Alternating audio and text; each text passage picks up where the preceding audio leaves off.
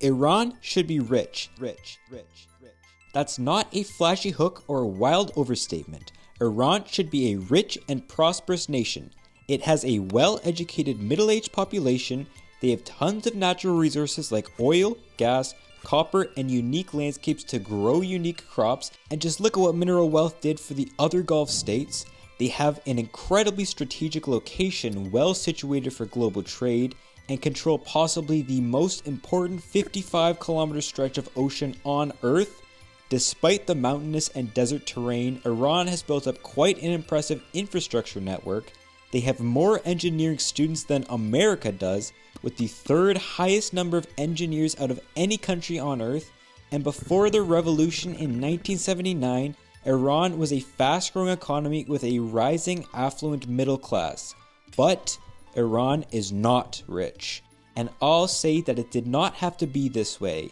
They didn't have to have their output in a single decade. Millions of educated Iranian workers never had to sit idle waiting for a job. Incomes never had to be eaten away by a rapidly falling rial and widespread inflation, and Iranians should have never had to game the system to get ahead, either entering the black market or government service to avoid some of the highest corruption on earth. Had decisions been made differently in the past, Iran could very well have been a rich nation, or at least comparable to its neighbors in the south. Now, we shouldn't blame one single thing for this lost potential, but it's very difficult to ignore the massive revolution and societal changes Iran went through in 1979. Before, Iran was a kingdom, a fairly autocratic, paranoid kingdom, but one with a rising middle class growing through increased trade and better technology, with a sort of progressive movement found among the economic elites. Western Enlightenment values were common among the upper classes. Hijabs and Islamic veils were banned for a brief period starting in 1936, and women got the right to vote in 1963. All of this was done through very top-down, quick actions. The new values were never really taught in schools, typically run by religious authorities, but they were certainly embraced by what many saw as a decadent and corrupt elite. The regime alienated many rural and religious Iranians, solidifying their rule through a network of secret police. The revolution which broke out was not organized. It was not for one specific goal. It was the realization of many different sects of society that they did not want to live under the Shah's rule anymore, eventually consolidating under the hardline Islamic sect of the revolution led by the Grand Ayatollah Ruhollah Khomeini. The new Islamic Republic of Iran was now under the command of a supreme leader running an isolationist, oppressive, revolutionary new country. But he can't do his job alone. Under him is the Supreme National Security Council. A president and parliament are elected, but only with supreme leader approval, and the armies which keep peace sit under them. Iran has a couple of armies. There's the Artesh, which is the republic's typical army. You know, big planes, big guns, big boats, focused on defending against external threats. There are the law enforcement forces, their border guards and police, and then there's the Islamic Revolutionary Guard Corps, the IRGC. This is a special army, about half the size of the Artesh, tasked with upholding the values of the Iranian Revolution in modern-day society. To call them an army would be an understatement. The Revolutionary Guard is like the Army, Mafia, KGB, News Corp, and Siemens put together, just on a smaller Iranian scale. When Iraq attacked the country in 1980, the Revolutionary Guard turned into an army in its own right, growing its own command structures, intelligence networks, and a personal volunteer corps, the Basij. Their efforts to not win the war, but at least end it in stalemate 8 years later, and then as a major driver in the post-war reconstruction, justified their consolidation to their supporters. As a political force, the IRGC and Basij rose under the liberal Khatami presidency, but really solidified under the hardline Ahmadinejad, who transferred many assets from the government to the revolutionary organs of the government. The Basij was dreamed up as a great 20 million man army, but today there's probably a little under 1 million Basij volunteers. They're the first ones to respond to any threat found inside of the regime. protests, internal enemies, and supposed American-sponsored ethnic tension, fighting many in Kurdistan and Baloch. They're the ones to carry out most of the worst aspects of the government. They're the ones to beat protesters to broken ribs and noses, drag them off to black sites and basements and mosques to torture them in tiny cells, who force many to sign a confession sentencing them to death shortly after, to gun them down if there are too many in the protests, and to intimidate businessmen, politicians, and ordinary people to accept IRGC rule.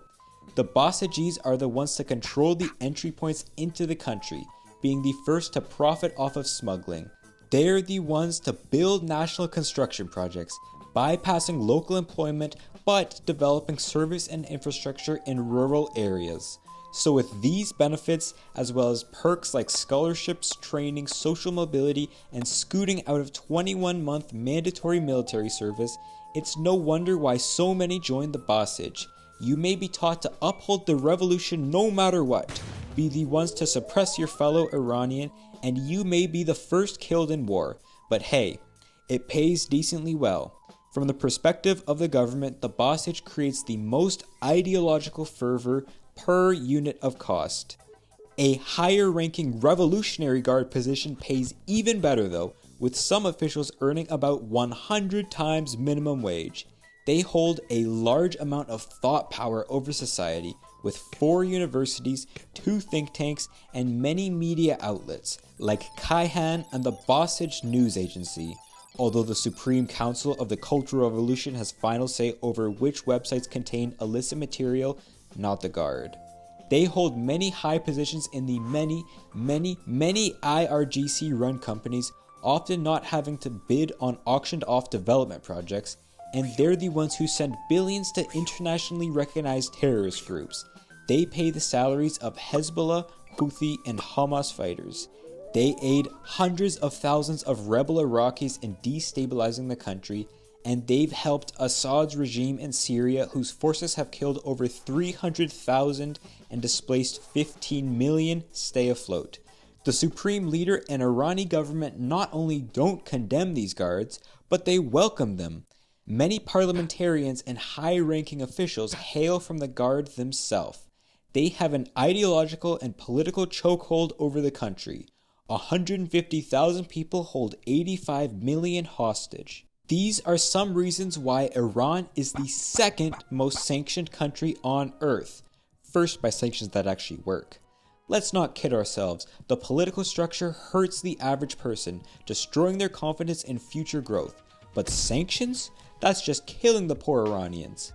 From the Islamic Revolution to the modern day, America and its allies have blocked oil exports, embargoed trade with the country, particularly on arms, energy equipment, and high technology, and froze their assets, including bank accounts, precious metals, even central bank reserves.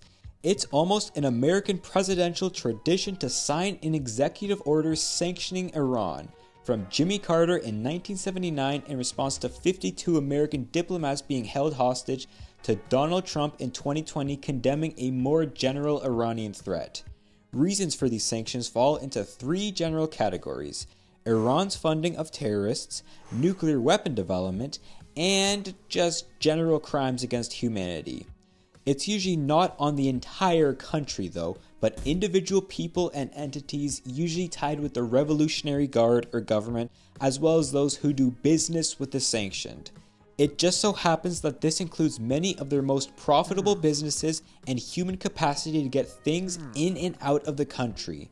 The government owns nearly all the petro and gas refineries through the National Iran Oil Company, and the Guard owns many of the nation's petrochemical and manufacturing refineries and ports. So their production has been destroyed after sanctions, particularly after they ramped up in 2012. But there was hope. Some countries, namely this one, were willing to reduce or even get rid of their sanctions in exchange for Iran swearing it will never develop a nuclear weapon. This was the Joint Comprehensive Plan of Action, aka the Iran nuclear deal. Many countries and most American citizens see it as critical for global safety that Iran never have access to nukes. If they were to make them, not only would another ideologically strong dictator have the ability to destroy entire cities, but its neighbors would likely start developing these weapons as a counterbalance to their own security. It would just make the world a more dangerous place. If they get one, we have to get one. So these 6 nations were to negotiate with the Republic and monitor their progress in limiting weapon development. Their uranium stockpile was capped, they were supposed to reduce the amount of centrifuges they had, and they would have to limit their enrichment level of uranium to 3.67%, where a weapon can only be made at around the 90% level. They did this so Iran could develop nuclear power, but no weapons. This required transparency into Iranian labs, military bases, and research facilities. But in exchange, many sanctions were lifted in 2015, particularly on finance and oil exports. Crude production shot back up to normal levels and inflation came down. It was still a little high, but much better than before. It seemed like Iran was accepted back into global trade and many citizens felt the benefits of it. This normalcy lasted for 3 years. In 2018, negotiations broke down. Iran wasn't keeping their end of the deal. They were still hiding some of their bases and processing facilities, still funding terrorist networks and destabilizing their neighbors, and had 4 American citizens detained. The US was going through a bit of a famous isolationist period at the time, and in May 2018, it was announced they would no longer take part in the deal. Sanctions were reinstated on most entities, inflation almost instantly shot up to around 40% where it's since stayed. The rial fell over 10 times in value since less people bought it to buy Iranian goods, and as officials printed money and spent from the sovereign wealth fund to cover the deficit. Many businesses closed, pushing around 10 million into poverty in a country where almost a third are now in extreme poverty. With many Iranians shareholders in the stock market, the financial sanctions erased ordinary people's savings. Weapons trade increased with groups like the Houthis, who've used them to attack Saudi oil refineries and container ships in the Red Sea. Investment halved from 2012 to 2022, and oil production halved until deals with China were made, giving them around a $20 to $30 discount because of their buying power over the Iranian government. Iran responded by getting rid of caps on stockpiles and banning the export of uranium. If America wouldn't play, neither would they. Then, in 2020, Iran backed out of the deal after the high-ranking IRGC official Qasem Soleimani was killed by an American missile strike. Sanctions are unlikely to ease up now as Iran strengthens its military operations, selling drones to Russia and, according to a UN report, nearly having enough enriched uranium for a bomb. The point of sanctions is to cripple the economy, either for officials to change their behavior or for those hurt to rise up and force a behavior change. But because of the unique structure of Iran's economy, sanctions may have had no other effect than hurting the bulk of society, with the politically powerful better off than before. Iran's economy is deeply entrenched with its politics. It's a predominantly state-run economy with roughly 2/3 of output coming through the government, in theory planned out by the Supreme Economic Coordination Council. These state-owned companies are generally exempt from taxes, completely opaque with their finances, unaccountable, and have monopolized key industries. Not just oil and petrochemicals, but manufacturing, engineering, and development too. One example of this is the Khatam Al-Anbiya Construction Headquarters. This is the IRGC's engineering wing with over 800 various companies beneath it, employing tens of thousands of engineers and planners. Khatam has built all across Iran. Thousands of projects from mines to dams to pipelines to rail to offshore rigs to import-export infrastructure to irrigation systems were from their hands.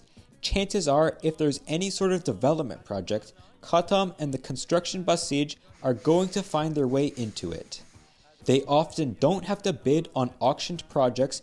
For example, this airport had been an investment and partially built by the Turkish engineering firm TAV before being seized and completed by the Revolutionary Guard in 2004. They embezzle billions through these holding companies, like one case of 80 trillion riyals through Yas Holding, and it's the only organization which has the ability to traffic through the sanctions. Because of their development of many ports and their military power, The IRGC has control over the jetties and entry points of the country. Sanctions are powerful, but they can't stop everything from leaving and entering the country.